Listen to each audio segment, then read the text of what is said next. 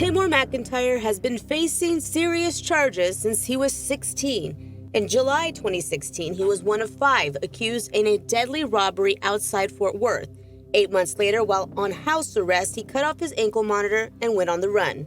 During this time, he's alleged to have taken part in the capital murder of 23-year-old Mark Anthony Saldivar on April 23, 2017. The deadly shooting happened outside a Chick-fil-A near North Star Mall. After 3 months on the run, U.S. Marshals caught McIntyre in New Jersey, the same day his song and music video, The Race, was released. Do the dash, then I go out the way. In this viral video, McIntyre raps about being on the run. It has since accumulated more than 250 million views on YouTube and at one point was even on the Billboard charts. While his fame rose, he would remain behind bars. He first did trial in Tarrant County, where he was convicted of murder in 2019 and sentenced to 55 years in prison. Months later, he was indicted in Saldivar's murder and was transferred to Bexar County. The trial was then delayed to the pandemic, but is now set to proceed. McIntyre has since hired 2 high-profile defense attorneys, Gerald Goldstein and John Hunter. And while in jail, he has also picked up 3 additional charges of having a prohibited substance or item in a correctional facility.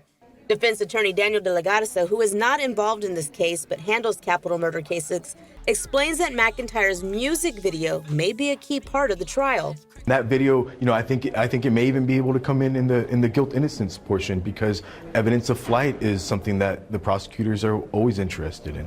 I think on this one, the video is the most significant thing to watch, the music video, and what portion of the trial it comes into, I think, would be significant.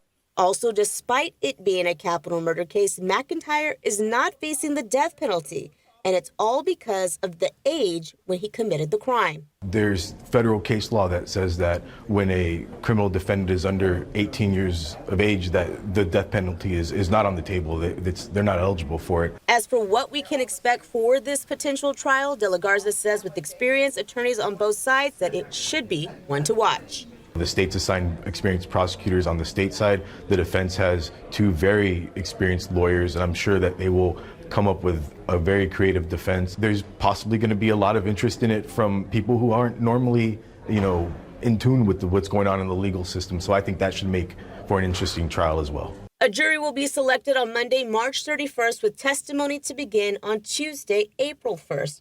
We will be live streaming this trial on all our digital media platforms from beginning to end. Erica Hernandez, KSAT 12 News.